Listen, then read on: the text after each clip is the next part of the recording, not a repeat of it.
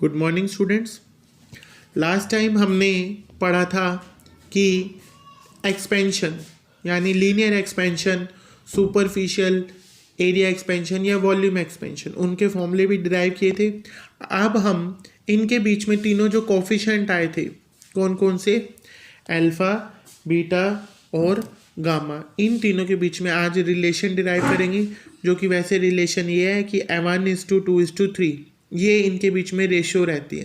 कहने का मतलब अगर लेंथ आप किसी की बढ़ा देते हो 1 गुना, तो ब्रेड्थ दुगनी बढ़ जाएगी और वॉल्यूम जो होगा वो 3 गुना से इसमें इंक्रीज होगा।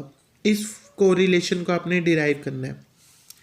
Let us consider a solid cube of length L। सबसे पहले हमने एक क्यूब कंसीडर कर ली जिसकी लेंथ कितनी है L। अब 0 डिग्री टेम्परेचर पर जब आपने टेम्परेचर नहीं बढ़ाया तो वॉल्यूम कितना होगा। वॉल्यूम क्यूब का क्या होता है, side into side into side, यानी साइड का क्यूब L का क्यूब। इसी तरीके से एरिया जो होगा ईच फेस का, क्यूब होती है, क्यूब के कितने फेसेस होते हैं, 6 फेसेस होते हैं, होती है ना, 4 वॉल्स और एक बॉटम यानी फर्श, फ्लोर और एक सीलिंग यानी ऊपर की छत जो होती है। अब हम ये कह रहे हैं टेम्परेचर हमने इसका बढ़ा दिया, कितना कर दिया, T डिग्री सेल्सियस करा दिया। कराने से क्या होगा, LT यानी वॉल्यूम लेंथ जो है वो बढ़ जाएगी T टेम्परेचर पे, क्या हो जाएगी, पहले कितनी थी L, अब कितनी हो गई LT। ऐसे एरिया बढ़ जाएगा, एरिया पहले कितना था L², अब क्या हो जाएगा AT।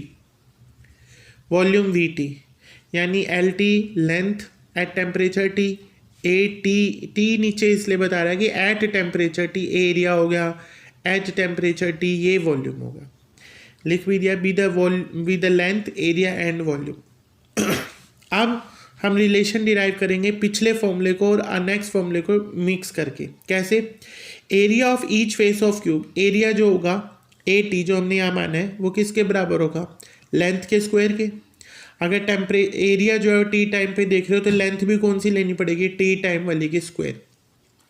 अब LT जो है इसका फॉर्मूला AT जो यही दोबारा लिखा है, AT is equal to LT का स्क्वायर। LT का फॉर्मूला क्या है, ये अंदर जो लिखा है, ये फॉर्मूला कहाँ से आया, ये फॉर्मूला हमने पिछले लेक्चर में डिराइव किया था कि LT जो होता है वो क्या होता है, L नोट का मतलब कि 0 टेम्परेचर पे, यहाँ पे नोट नहीं लिखा, बात एक ही है, L1 + α/T का स्क्वायर। अब जब हम इसका स्क्वायर खोलेंगे, ये स्क्वायर खोलेंगे तो L का स्क्वायर भी आएगा, A + B का होल स्क्वायर करेंगे, 1 का square plus α² T² plus 2α/T। इसमें ये α² T² बहुत स्मॉल क्वांटिटी है, इसलिए हम इसको क्या कर देंगे, निगलेक्ट कर देंगे, हमने छोड़ दिया। फिर ये AT इज इक्वल टू ये L² बन गया। L² तो किसका फॉर्मूला था, एरिया का एट 0 डिग्री टेम्परेचर, तो हमने इसको A लिख लिया वापस, और यहाँ क्या रह गया, 1 + 2α/T, इक्वेशन नंबर 1। अब कह रहे हैं α² T² is very small and hence negligible, वो स्मॉल होती है इसलिए हमने उसको क्या कर दिया, निगलेक्ट कर दिया। तो ऑल्सो AT, और जो AT का फॉर्मूला था पुराना वो भी किसके बराबर था, A × 1 + βT। ये आप अपने नोट्स में देख सकते हैं, यहाँ हमने कर रखे हैं डिराइव, ये फॉर्मूला निकाला था, फिर एरिया का निकाला था यहाँ पर, और फिर उससे अगले पेज पे यहाँ पर ये VT का, ये हम जो टॉपिक कर रहे हैं उसे नेक्स्ट पेज पे ही ये कर रहे हैं कि एरिया का वैसे फॉर्मूला क्या था, AT is equal to A + α/βT।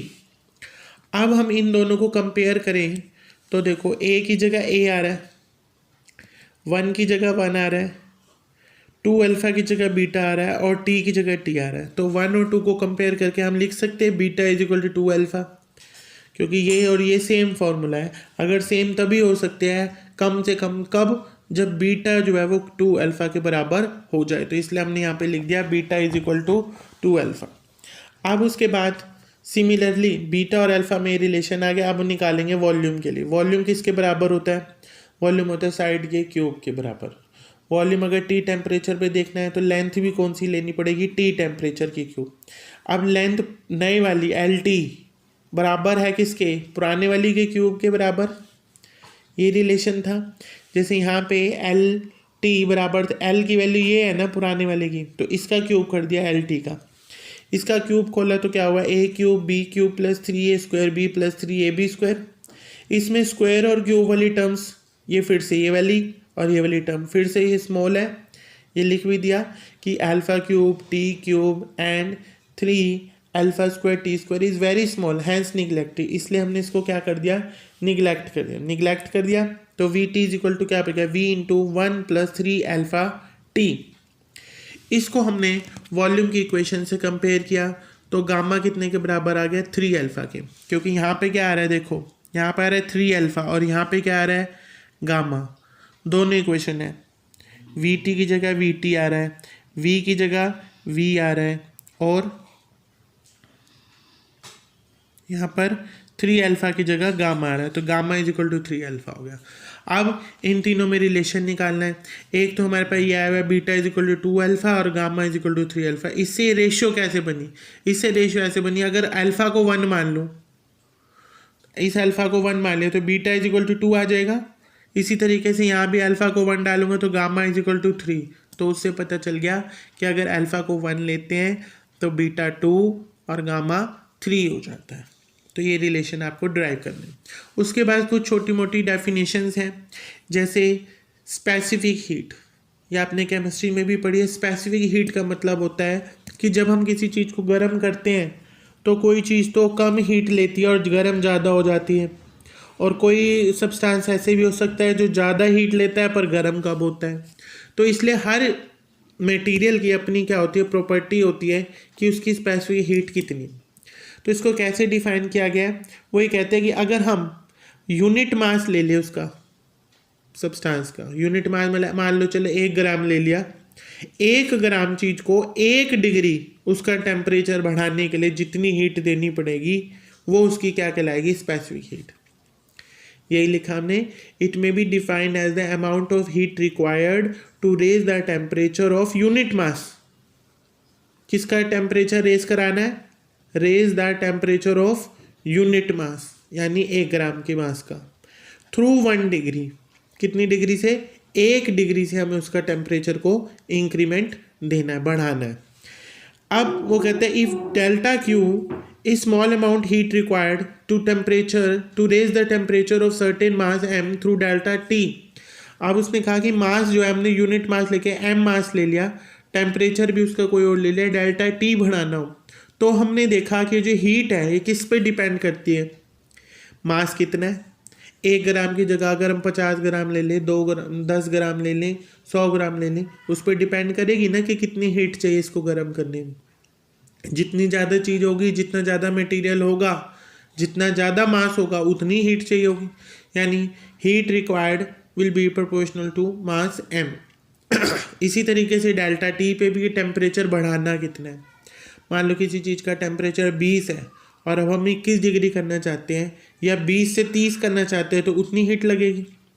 इन दोनों फैक्टर्स को हमने जोड़ लिया यानी मल्टीप्लाई कर लिया m डेल्टा टी।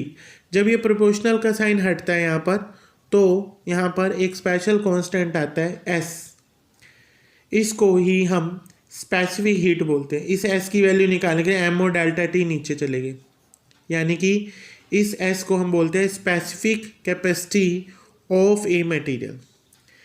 इसकी यूनिट क्या होगी, इसको देखते हुए डेल्टा क्यू हीट है ये जूल, नीचे क्या होगा m मास है तो किलोग्राम, नीचे है तो ऊपर जाके -1 हो गया। डेल्टा टी टेम्परेचर है, टेम्परेचर क्या होगा केल्विन, नीचे है पर ऊपर जाके क्या होगा -1। या अगर हम इसको CGS यूनिट में लिखेंगे तो ये क्या आ जाएगा, जूल की जगह क्या आ जाएगा, कैलोरी, ग्राम, सेंटीमीटर, इनवर्स है इन दोनों के।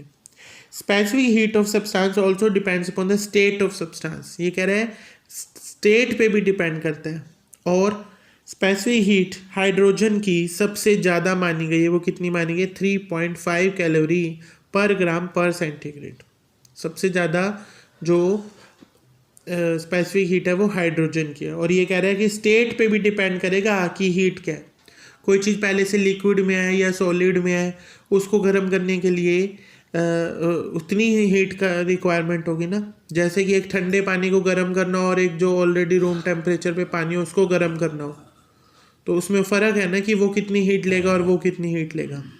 एक बिल्कुल बर्फीले पानी को गर्म कर रहे हो तो उसमें ज़्यादा टाइम लगेगा, ज़्यादा हीट रिक्वायर्ड होगी। और एक नॉर्मल पानी को आप गर्म करें तो उसमें कम टाइम और कम हीट भी रिक्वायर्ड होगी। तो आज आपने ये दोनों टॉपिक कर लेने हैं, relation between alpha beta gamma और specific heat. Okay, thank you.